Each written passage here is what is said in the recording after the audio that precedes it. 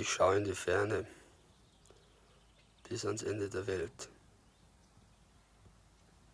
Und ehe der Tag um ist, kommt schon das Ende. Erst kommt die Zeit in Stürzen und dann die Erde. Die Wolken kommen ins Rasen. Dann kocht die Erde, das ist das Zeichen. Das ist der Anfang vom Ende. Der Rand der Welt fängt an zu stürzen, alles fängt an zu stürzen. Stürzt nieder und fällt und stürzt und stürzt.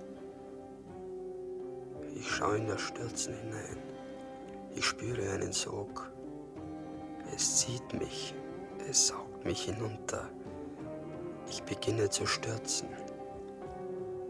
Ich stürze, mich schwindelt vom Stürzen.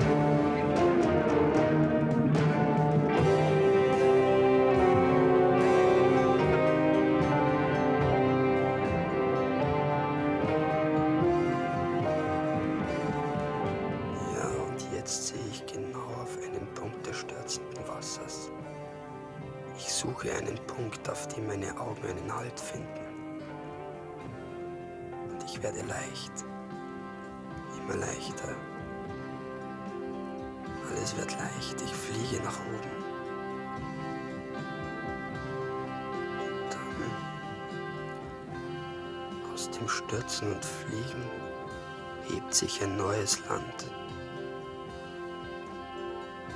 Wie das versunkene Atlantis taucht die Erde aus den Wassern empor. Ich sehe eine neue Erde.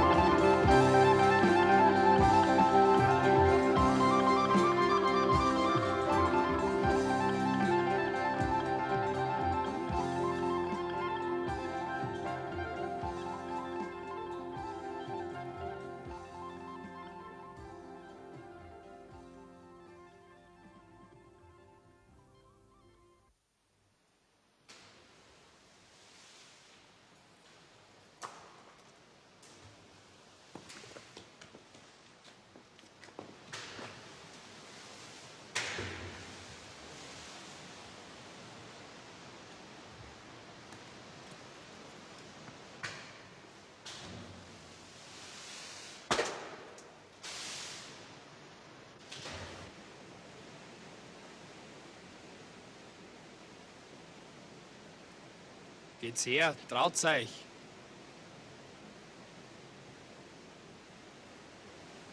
Geht's her, habe ich gesagt.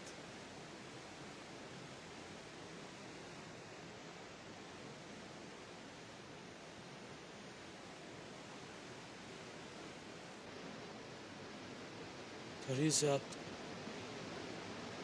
Augen wie Mühlenräder.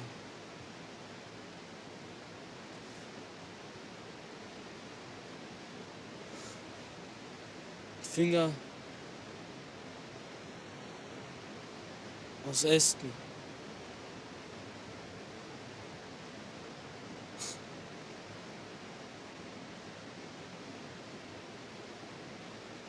Wie ein Felsblock als Nase.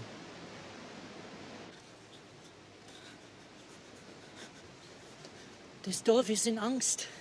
Der Rüb sagt, er habe einen Riesen gesehen. Die Zeit der Riesen kommt wieder.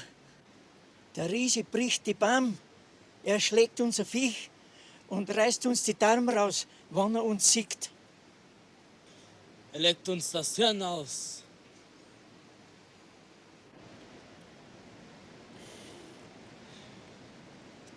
Dem Rupp sagt's, den Riesen gibt's nicht. Er soll das nächste Mal mehr auf den Stand der Sonne achten. Die Sonne war nieder und der Riese war nur der Schatten von einem Zwerg.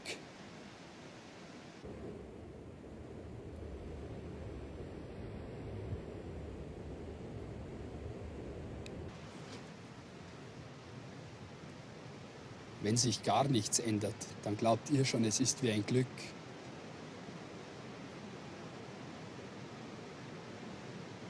Aber ich sehe ein Feuer. Und ich sehe die Glashütte. Und ich sage euch noch was. Schaut zu den beiden Brücken hinauf. Gleich läuft über die eine ein Lügner und über die andere ein Dieb.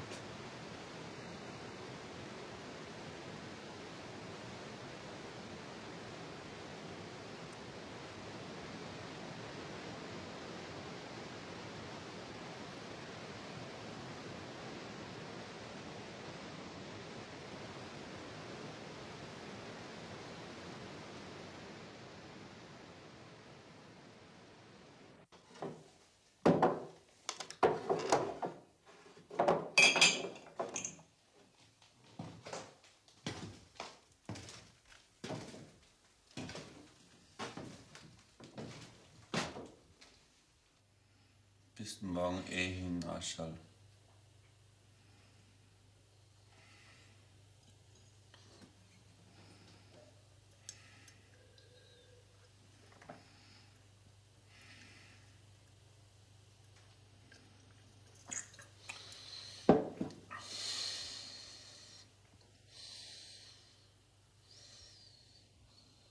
Und ich schlafe auf deiner Leich meinen Rausch aus.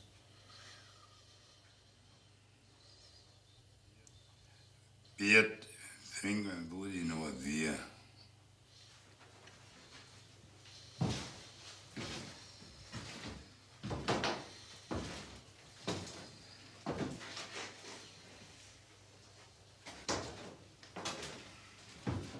Ich schlafe auf deiner Leich.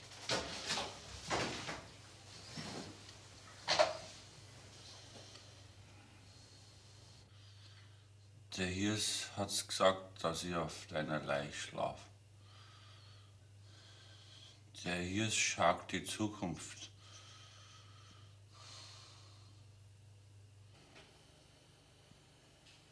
Vorausgesetzt, dass wir in Hai schlafen.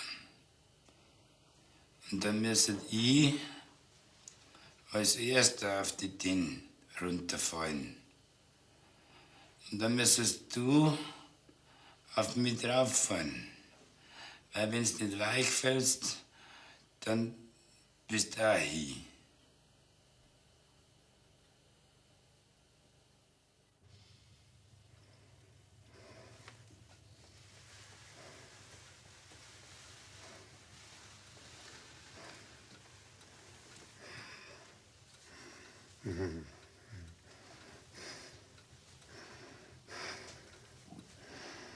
Der Mühlberg ist gestorben und kein Mensch weiß das Gemenge von Lupin.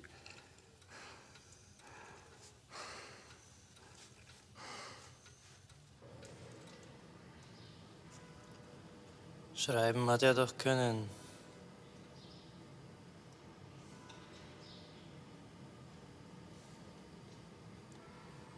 Das hätte er leicht aufschreiben können.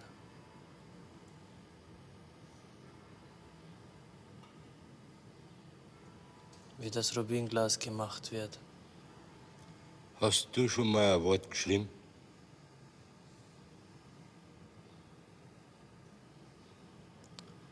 Aber reden hätte er doch können.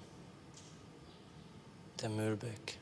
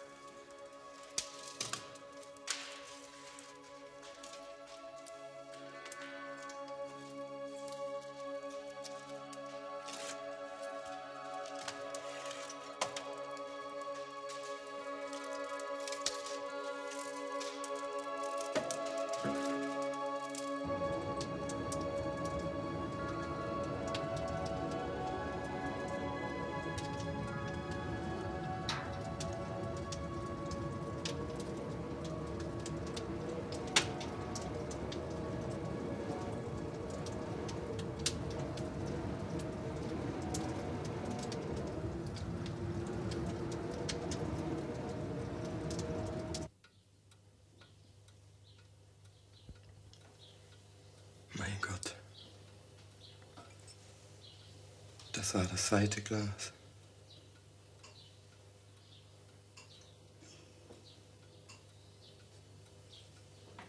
Und diese Pracht wird jetzt von der Welt hinweggetilgt.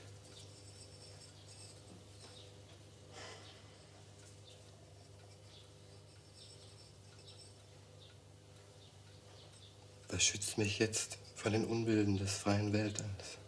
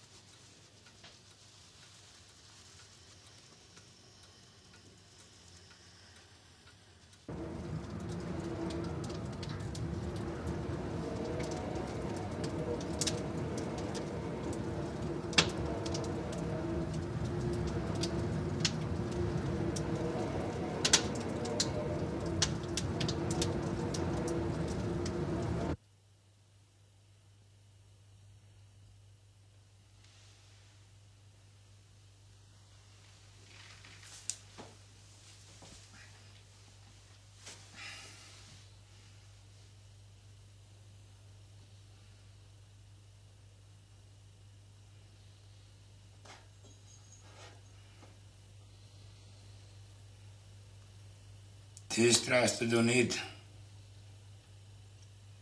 Aber schon wirklich.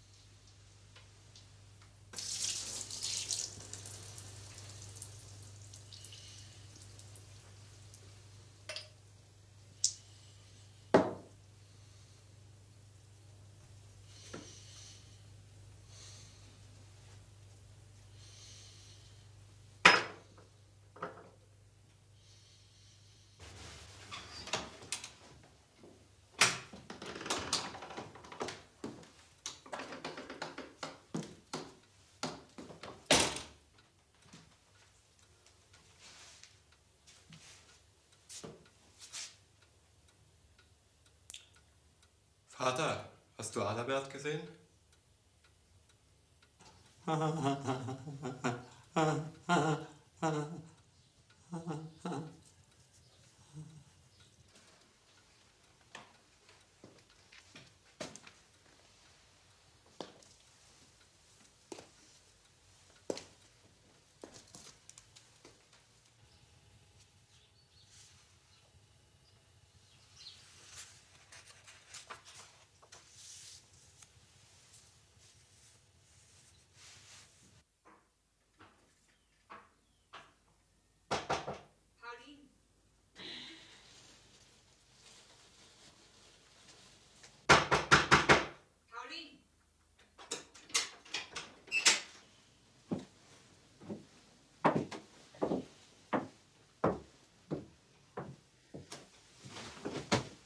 Liegst schon wieder nackt im Bett. Komm, zieh dich an.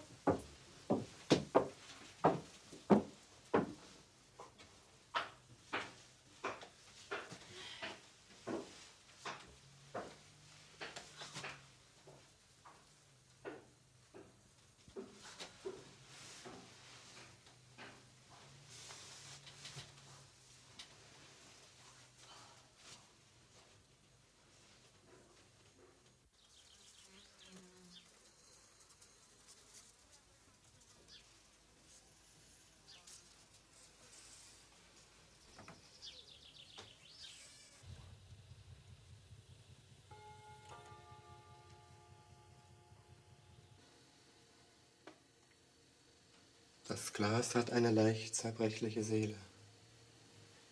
Es ist rein von Flecken. Der Sprung ist die Sünde. Nach dem Sündenfall gibt es keinen Ton mehr. Amen.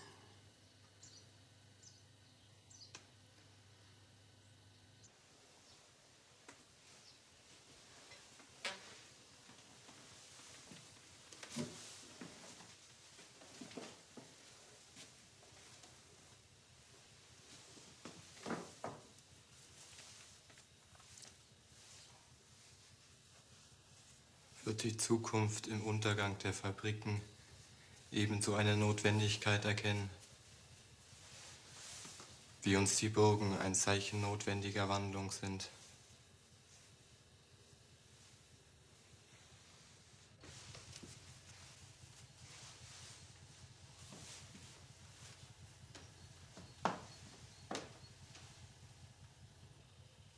Die Leute sagen, der Hirs hätte geschaut, dass die Brennnesseln aus den Glasfabriken herausschauen werden.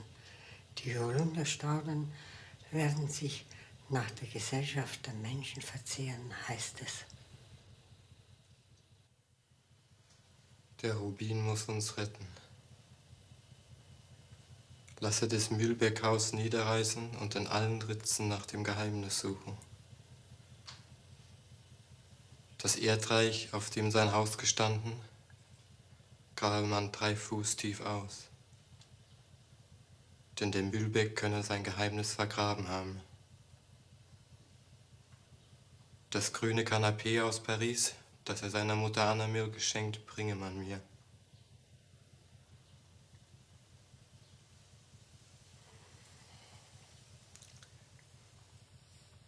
Die Unordnung der Gestirne schmerzt mich im Kopf.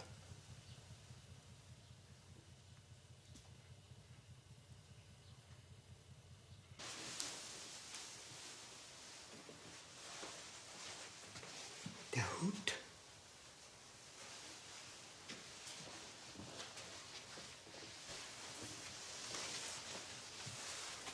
Der Stock.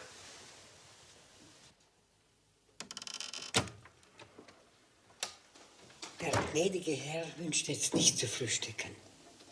Ludmilla möge heute das Haar offen tragen. Ja, sie möge das Haar offen tragen. Eine Gunst für das Dienstmensch.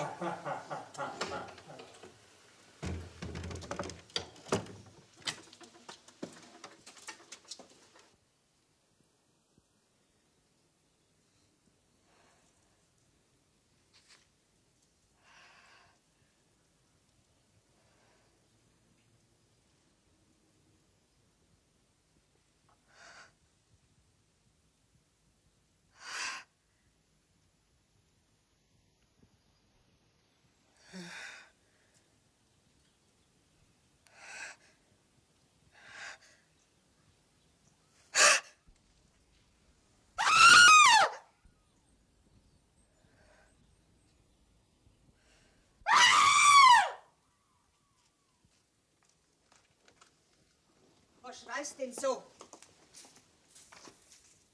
Marion Josef.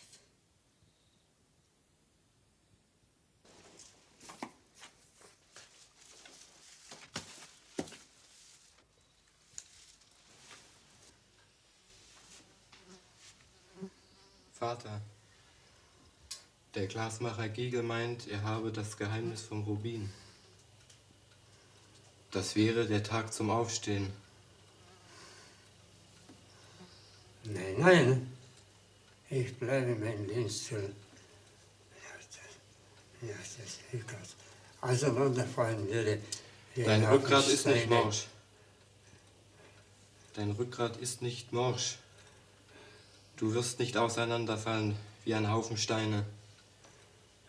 12 Jahre lang sitzt du schon auf diesem Stuhl. 12 Jahre. Ja.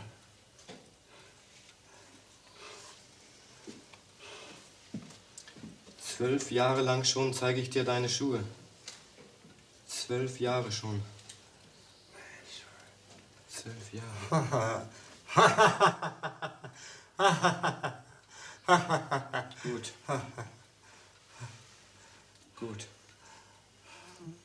Ich lasse dich tragen wie immer.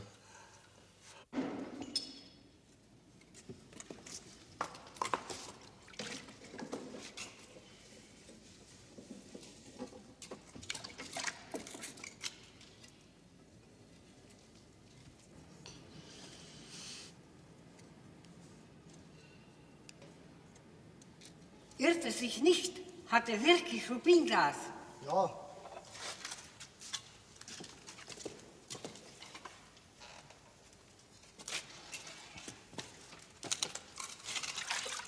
Ist das wirklich Rubinglas?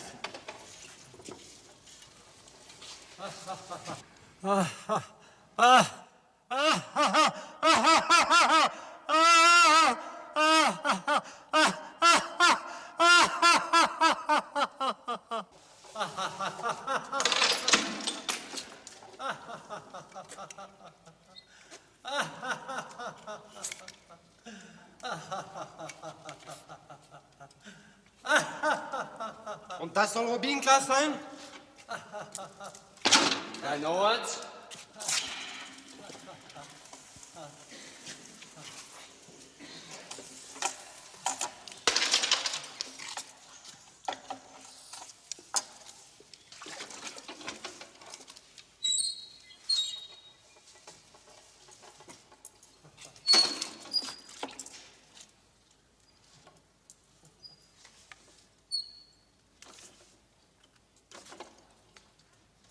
Nein! Nein!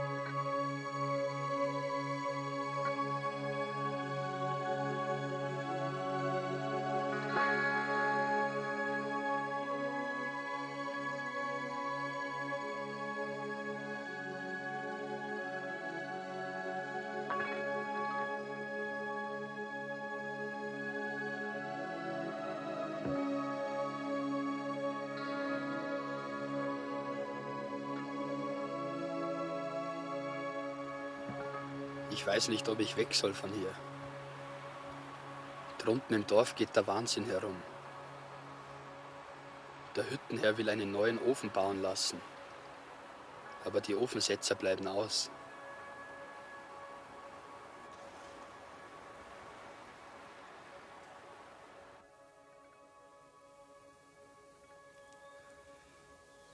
Ich sehe, wie auf einmal im Bach ein Feuer fließt.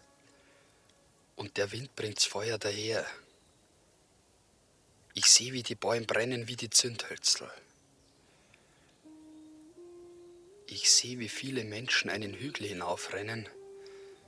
Sie machen oben atemlos Halt und erstarren zu Stein.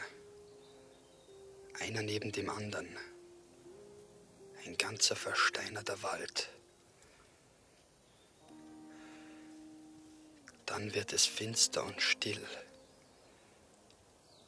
Und ich sehe, wie unten alles verkommen ist. Kein Mensch ist mehr da und kein Haus. Nur mehr Mauertrümmer.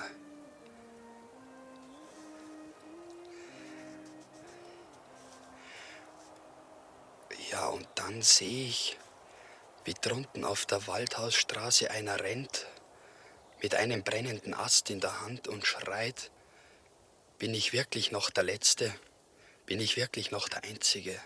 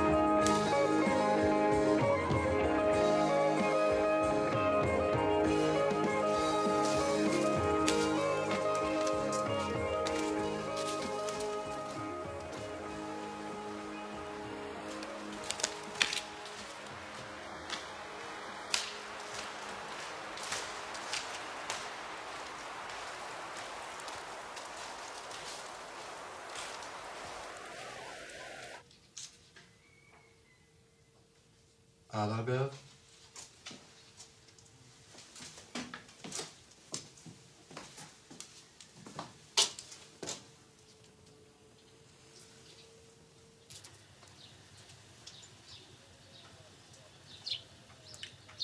Schicke nach dem Hüter Hiers, dass er sofort erscheine und hier das Geheimnis des Rubins sehe.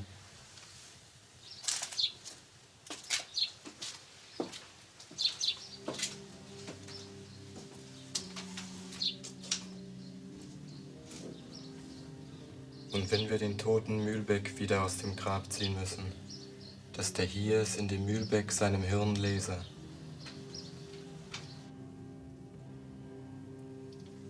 Seltsam, eine gläserne Stadt. Und hier leben Menschen drin. Wie können Menschen in Glashäusern leben? Hier die Kirche. In der Kirche leben Tiere. Tiere aller Art.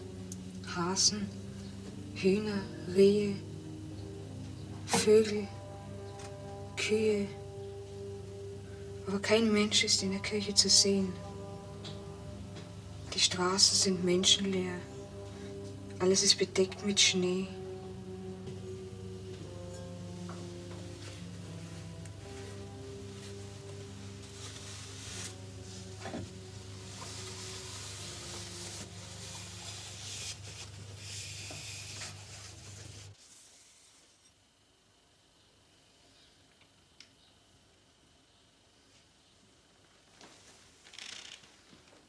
Ludmilla, lass liegen. Heute geht noch mehr drauf. Geh aus dem Herrenhaus hinaus. Es könnte der Herr ausrutschen und in dein Gesicht zu sitzen kommen.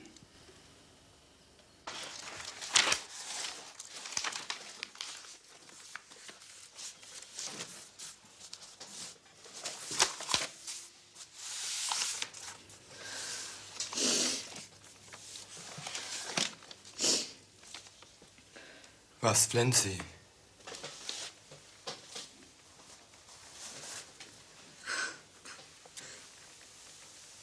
Es ist besser, dass Dienstmensch betet, dass wir das Gesetz vom Rubin wiederfinden, als dass es flennt. Es wird sehr viel geschehen. Nämlich der Hiers, der ist draußen. Er ist schon da?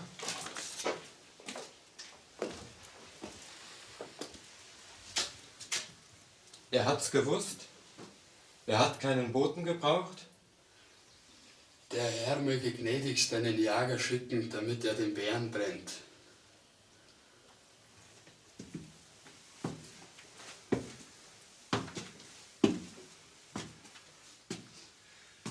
Die Stiere ängstigen sich. Und Sam und ich können nicht garantieren, dass er nicht einen Stier schlägt oder dass uns die anderen durchbrennen. Am Tag des Bären läuft ein Stier bis nach Mainz. Der Mühlbeck ist gestorben.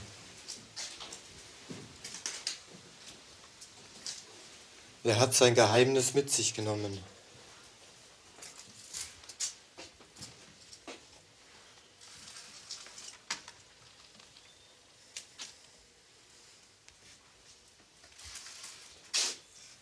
Aber du sollst die Beigabe für den Rubin sehen.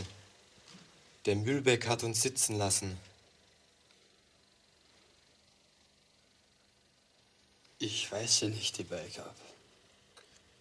Für 10 Gulden weiß er es. Dann weiß er es für 1000. Will ihr, dass unsere Leute wieder Haferbrot fressen, von dem sie Kopfschmerzen bekommen? Dann sag es mir, das Geheimnis, dass wir das Rubinglas wieder machen und er kann Hüttenmeister werden. Ich trage einen Mühlstein bis Trier.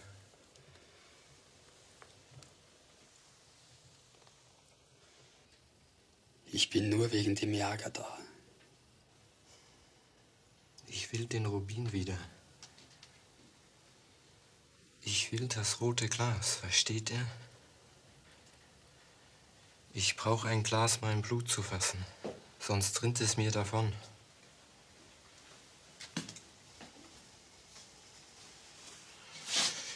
Mir tut die Sonne weh. Er wird die Sonne nimmer sehen. Die Ratzen werden ihn ins Ohrwaschel beißen.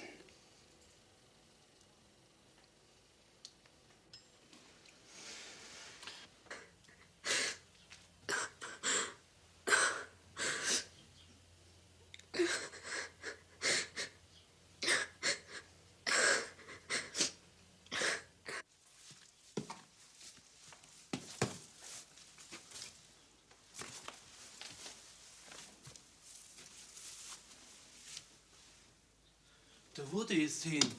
Das ist der Tote. Na, erwischt hat's ein Ascherl. Der Hirs hat geweissagt, der Erste, der Untere, der fällt zuerst. Und schau, der andere fällt auf ihm auf. Der fällt weich. Der hat's überlebt, der Woody. Komm. Komm, klar was auseinander.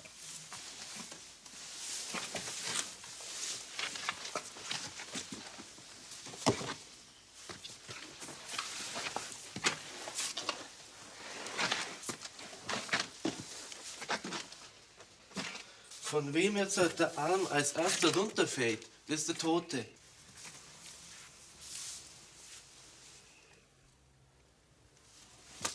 Ja, Kruzifix. Einen Toten flucht man nicht ins Gesicht. Die da hinten, die fass an. Los, auf die da hinten ist. Da, fass.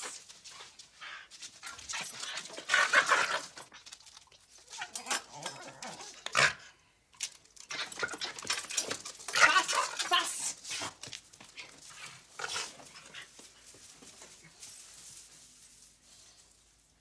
Ah, jetzt wissen wir's.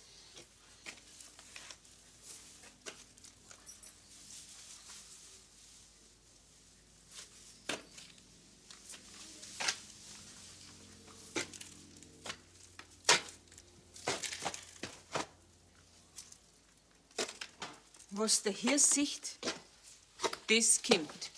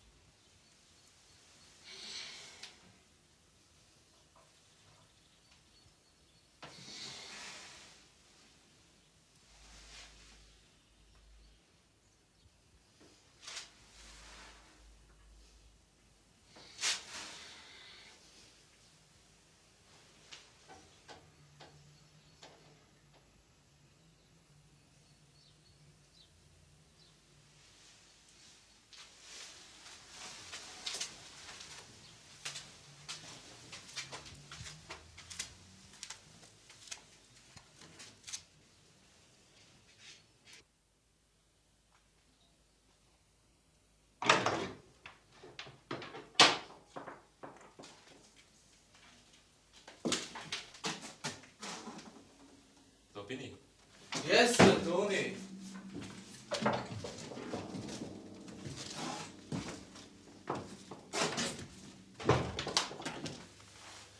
Den Mühlbeck haben sie vorletzte Woche eingegraben, unseren Hüttenmeister. Jetzt wissen sie nicht mehr ein noch aus. Der Hirs hat's vorausgesagt. Dann weißt du auch das von Rubin? Das mit dem Rubinglas, das ist eine Krankheit vom Hirn.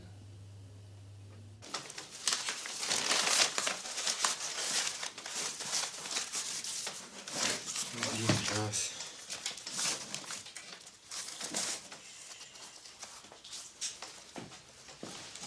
Das Cannabis da. Hereingetragen.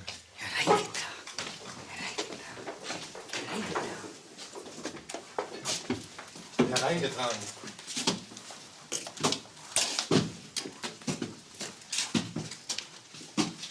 Ich bin entzückt von diesem Briefe. Adalbert, reiche mir den Brieföffner.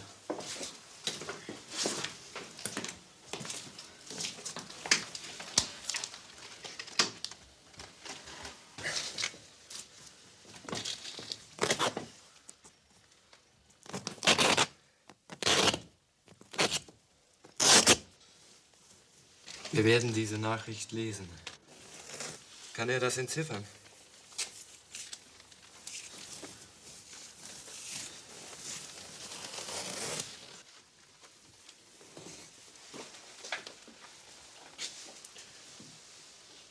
Wenn einen ein Brief erreicht ohne Papier, so dass die Buchstaben herumliegen,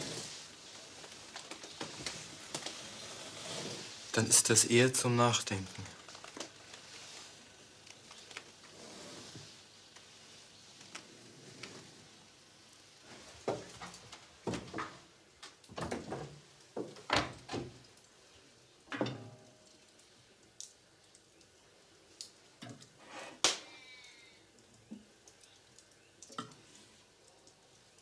Gehst wieder in den Wald auf.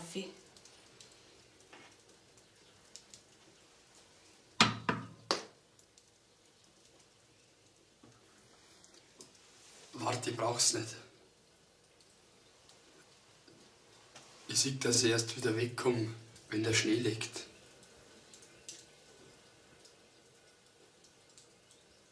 Nachher schütt ich's wieder in die Truhen.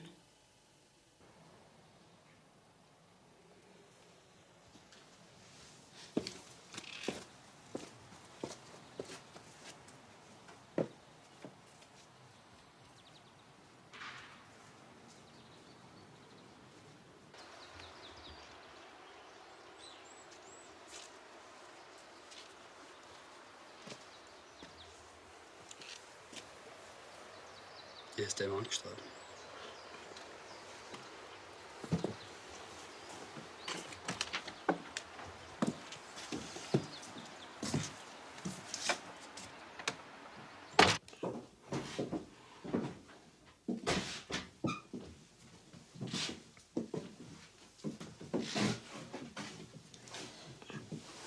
Sie haben dir dein Kanapee weggetragen.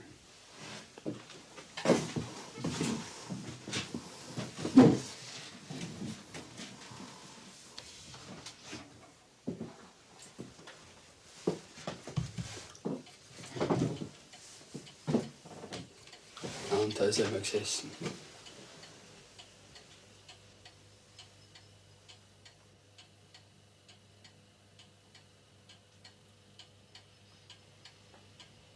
Wenn die Nacht sinkt, dann sterben die Leute.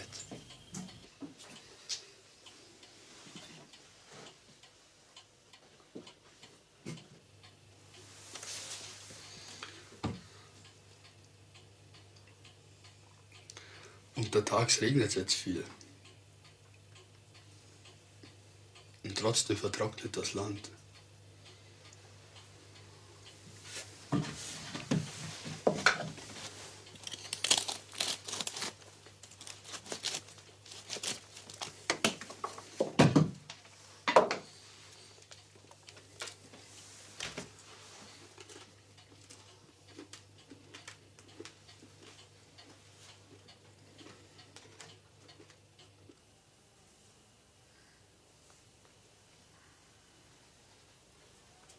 Er ist zu Tisch geladen, weil er den Rubin so schön beschreibt.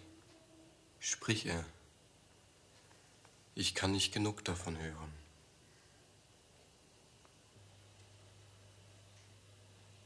Das Land des Rubins. Mein Land.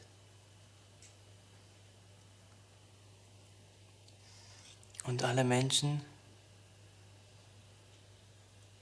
tanzen in dem roten Schein und leben in ihm. Ihr Blut, ihr Leben,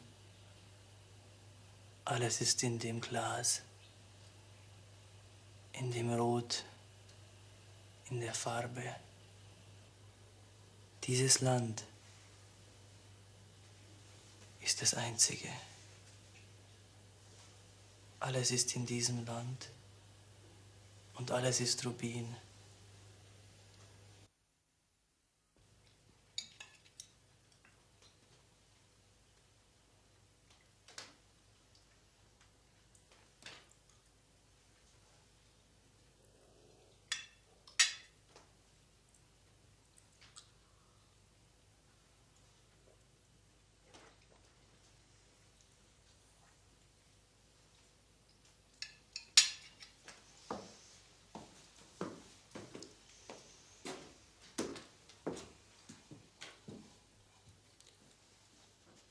stille Gebet hat ein Wunder bewirkt.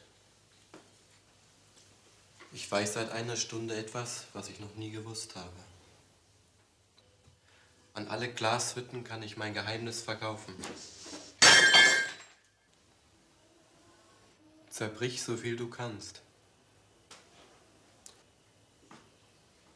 Ich werde 10 Kraxen mit Rubinglas auf den Arber tragen und die Seewand herunterwerfen lassen, dass sich der See rot färbt. Adalbert, hat er das mitbekommen? Der See rot färbt. Jawohl. Noch heute soll das Glas für den See weggehen. Man nehme von allen Gläsern im Magazin.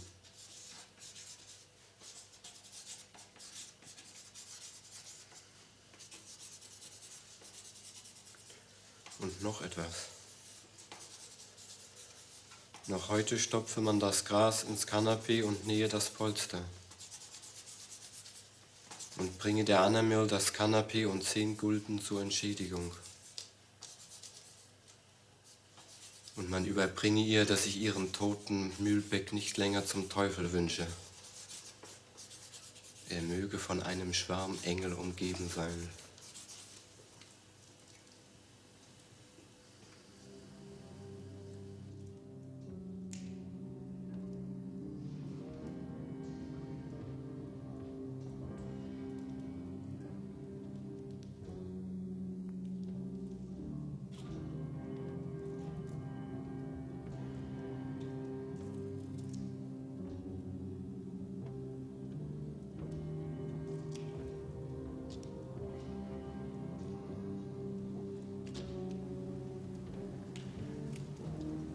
Ich hab's.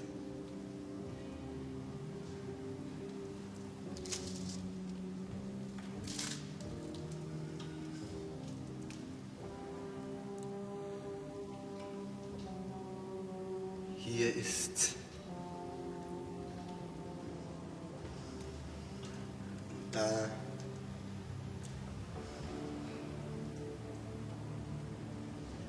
und auch hier drinnen ist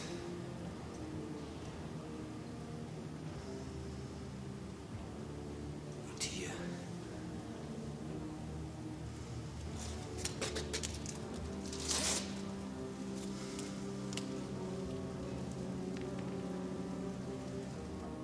Wir alle.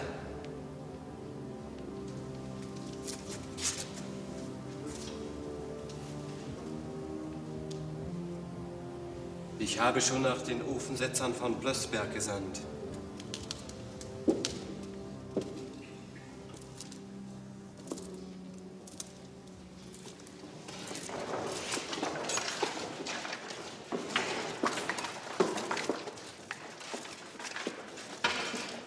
Da wird die Herrin schauen, wenn es von der Reise zurückkommt. Die wird nichts mehr stehen sehen, wenn es zurückkommt. Spinnet der Uhu. Wenn die Herrin aus der Kutsche steigt, dann fliegt sie in den Dreck rein, weil es niemand auffängt. Und du bist auf ein Schiff und speibst. Na was? Sag lieber, ob es heute ein Freibier gibt. Ja.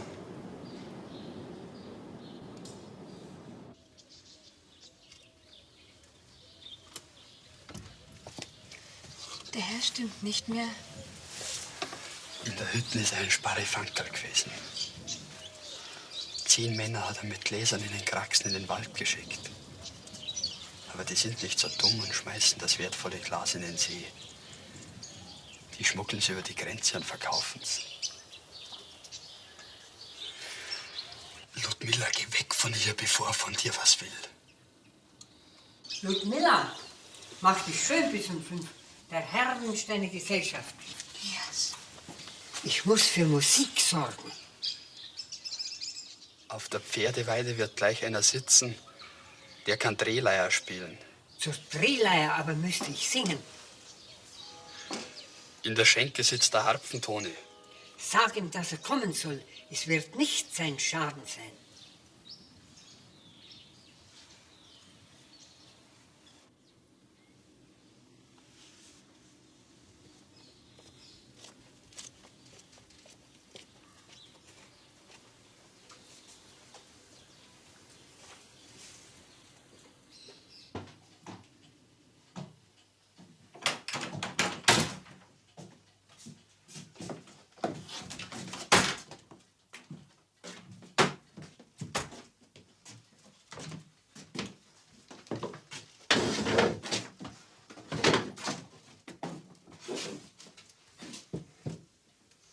So, Annemir, jetzt kannst du wieder weich sitzen.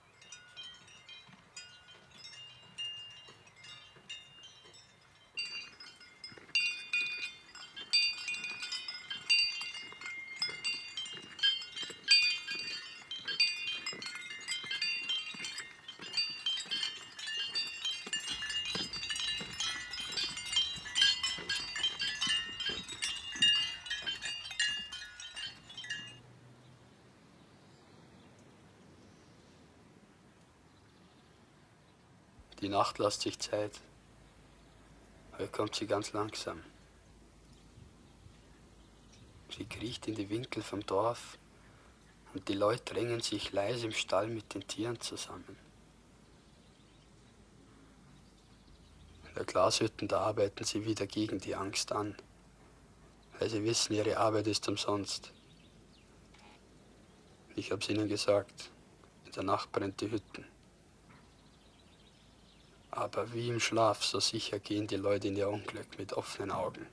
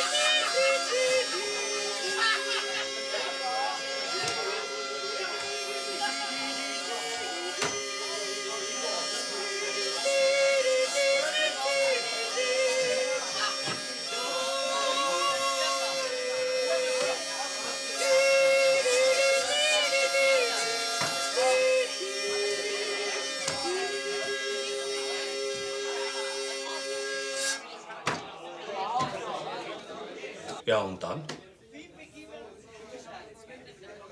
Dann fängt der Kleine einen Krieg an. Und der Große überm Wasser macht ihn aus. Dann kriegst du um 200 Gulden keinen Laib Brot mehr. Dann kommt ein gestrenger Herr,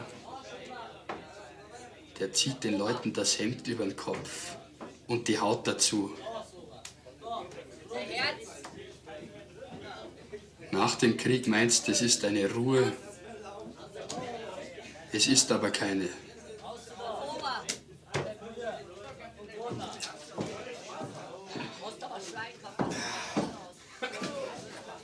Darf ich da mal?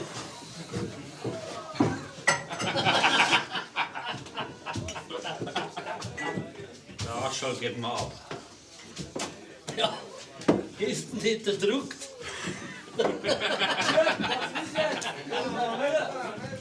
Mir geht der Arschall ab. Der Arschall müsste heute dabei sein. Du wirst schon eben ausgesehen. Renkig oder was selber nicht mehr.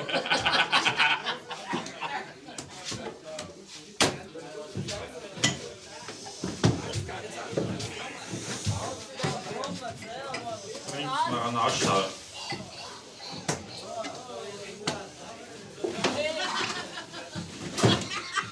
Einen Arschall.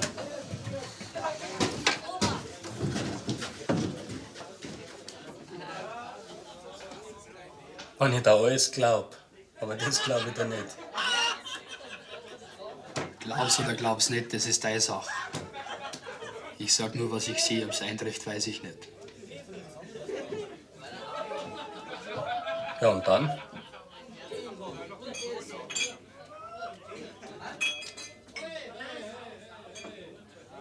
Die Bauern werden sich gewandten wie die Stadtleute und die Stadtleute werden wie die Affen. Die Weiber ziehen sich Hosen und Stiefel an. Die Bauern werden mit gewichsten Stiefeln in der Miststadt stehen. Die Bauern werden Kuchen essen und politisieren.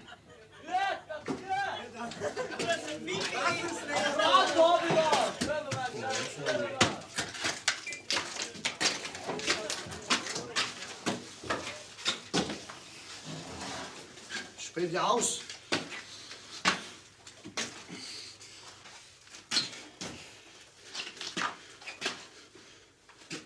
Wer spielt uns jetzt zum Tanz auf? Ja, dem Paar, dem spür ich auf.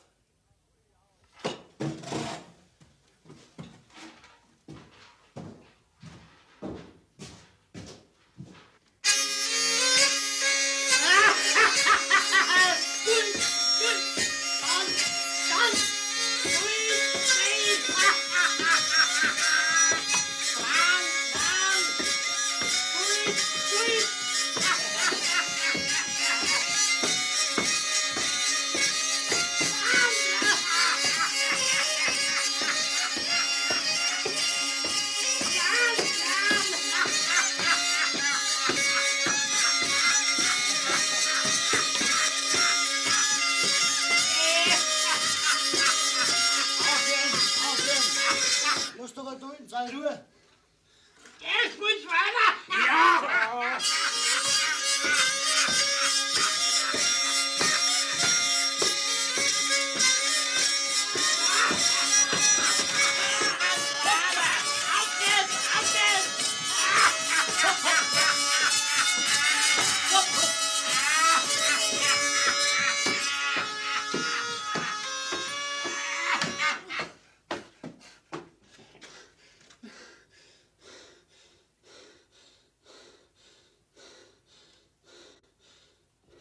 Raufen tun's alle.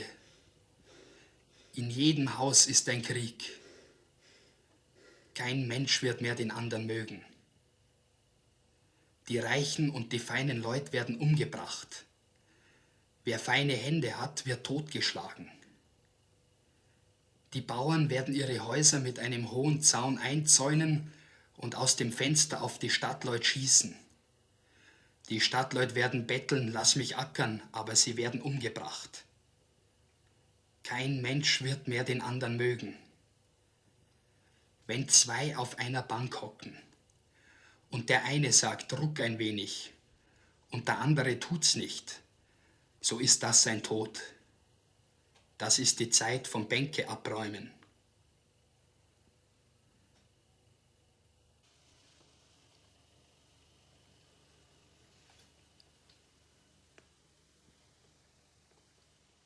Sie ist gleich ausgekühlt, dann zerspringt sie nicht mehr.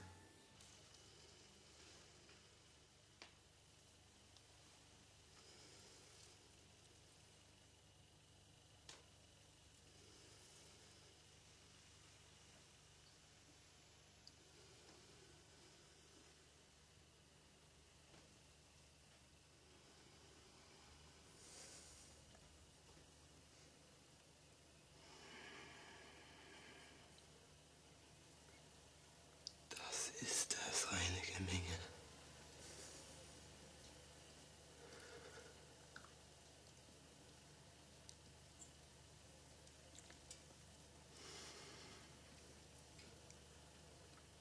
Wozu sind die Fabriken noch gut?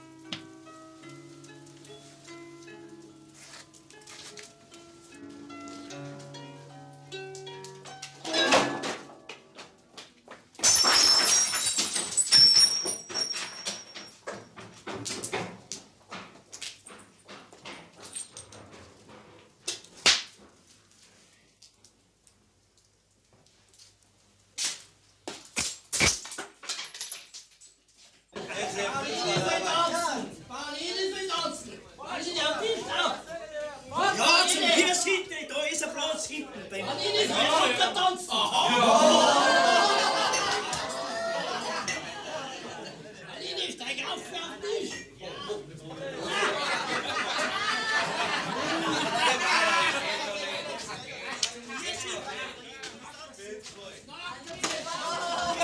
Sommer und Winter wirst nicht mehr auseinander kennen.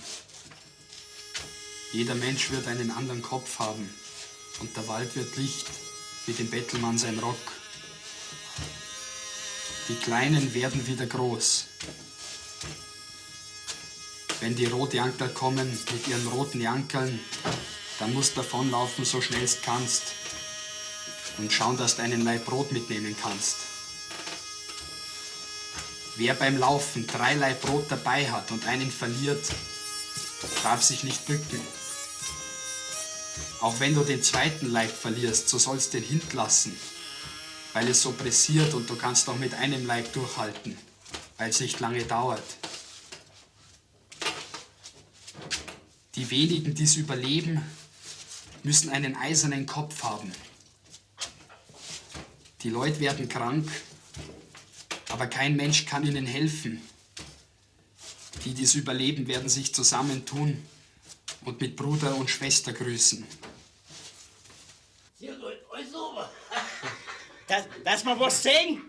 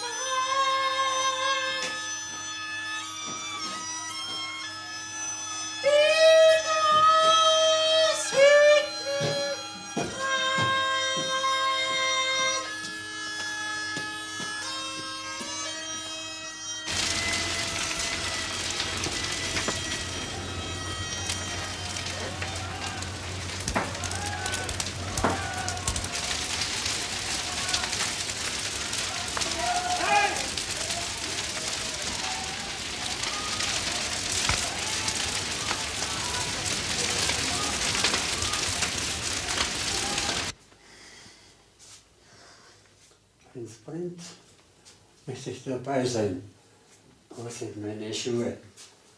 Wo sind meine Schuhe? Wo sind meine Schuhe? Meine Schuhe. 12 Jahre hat es nicht gebrannt. 12 Jahre. Und meine Schuhe sind fort. Meine Schuhe sind weg.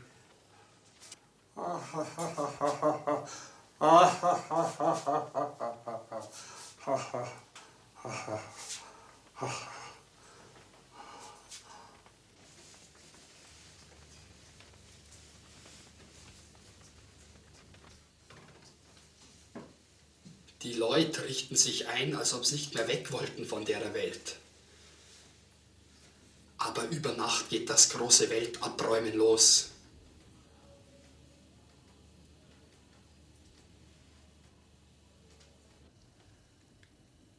Da kommt vom Morgen her ein großer Vogel und scheißt ins Meer. Das Meer wird haushoch und kocht. Die Erde wackelt und eine große Insel geht halbert unter. Die große Stadt mit dem eisernen Turm steht im Feuer. Aber das Feuer haben die eigenen Leute gelegt und die Stadt wird dem Erdboden gleichgemacht. In Italien werden die geistlichen Herren umgebracht und die Kirchen stürzen ein. Der Papst sitzt in einer Zelle. Auf der Flucht weiht er eine Ziege zum Bischof. Die Leute hungern. Die 3 Tage Finsternis kommen immer näher.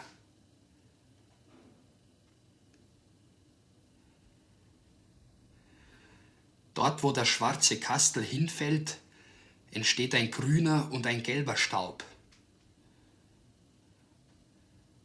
Das Wetter wird sich ändern. Wein wird bei uns angebaut und ein Obst gibt's, das ich nicht kenne.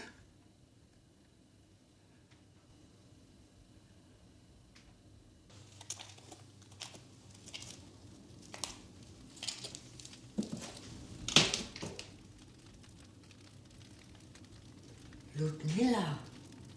Die Ludmilla liegt tot im Kontor des Herrn. Und der Harpfentone spielte auf der Harfen ein Lied nach dem anderen vor.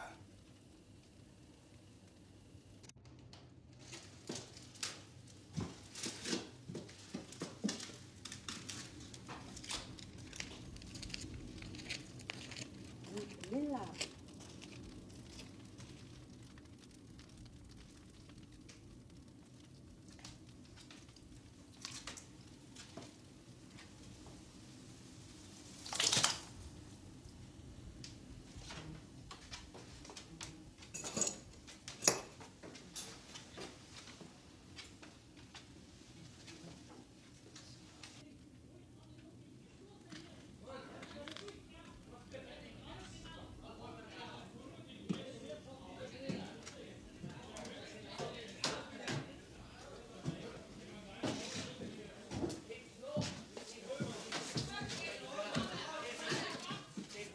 Da bleiben! Da ist der Hirs, der uns das Unglück angewünscht hat. Ja, ich hab's bloß vorausgesehen. Ja, der Teufel hauen! Ja, der besten Blick! Lass den Daumen auf! Mach's mal raus!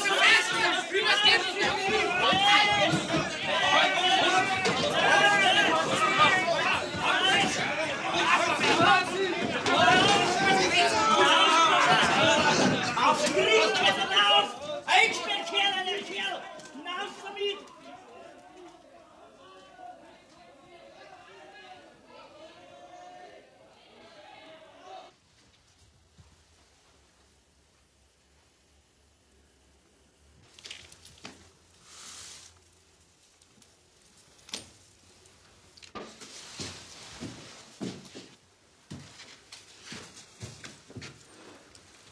Ich sehe nichts mehr. Es ist so dunkel. Ich muss wieder was sehen.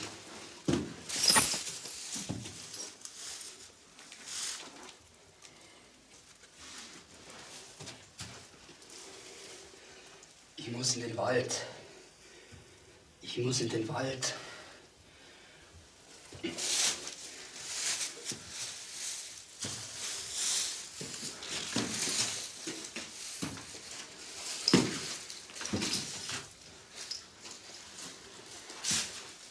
Ich will den Wald wiedersehen. Und Menschen willst du keine sehen? Du gefällst mir. Du hast ein Herz aus Glas.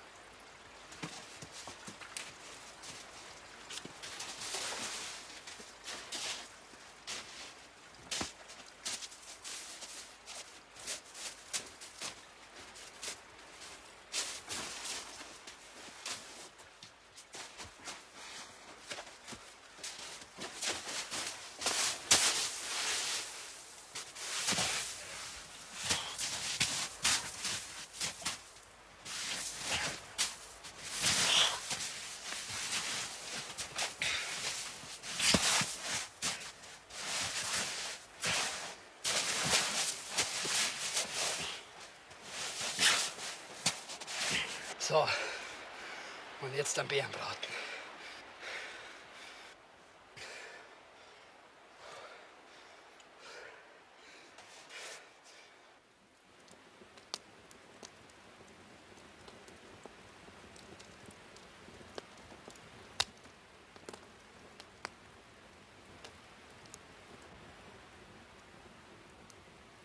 Auf die Nacht schaut einer über den Wald und sieht kein einziges Licht.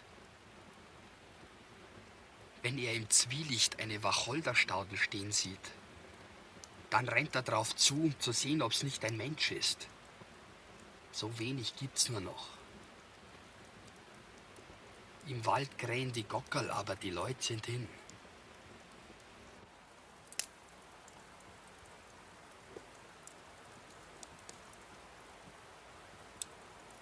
Mir fällt wieder was ein. Ich sehe es wieder. Ein Fuhrmann hält an und steigt von der Kutsche. Er klopft mit dem Peitschenstiel auf den Boden und sagt, hier hat einmal die Straubinger Stadt gestanden.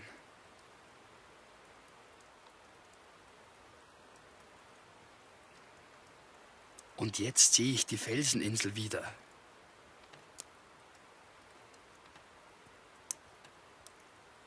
Ich sehe jetzt ganz deutlich.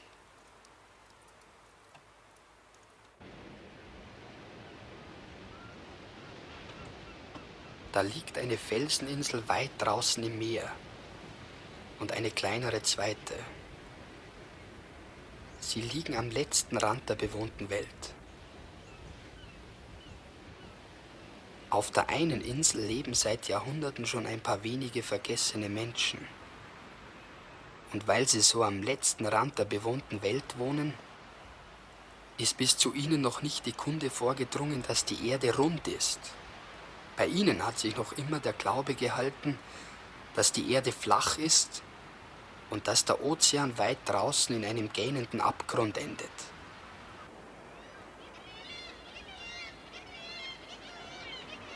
Ich sehe einen Mann auf einer Klippe des Felsens. Jahrelang steht er einsam und starrt übers Meer. Tag für Tag. Immer am gleichen Platz. Er ist der Erste, der zweifelt.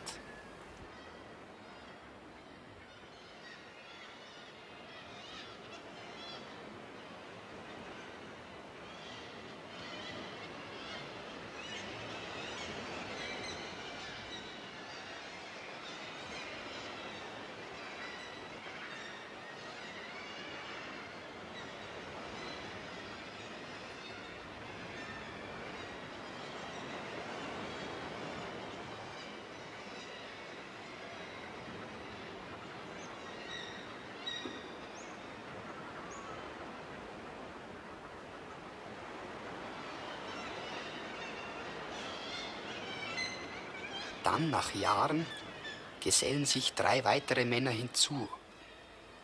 Viele Jahre lang starren sie von der Klippe aus gemeinsam aufs Meer. Ja, und dann, eines Tages entschließen sie sich, das Letzte zu wagen.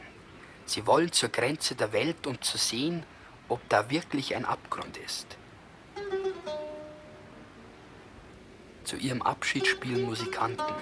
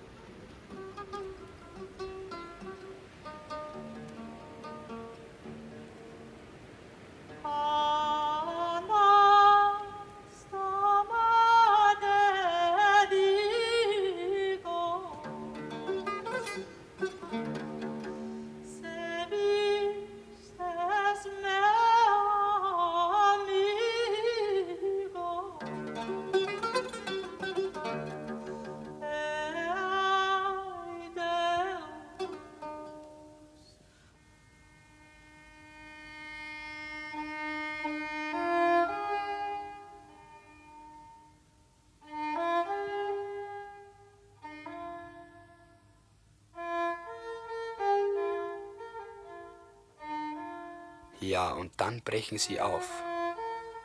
Pathetisch und sinnlos. In einem viel zu kleinen Boot.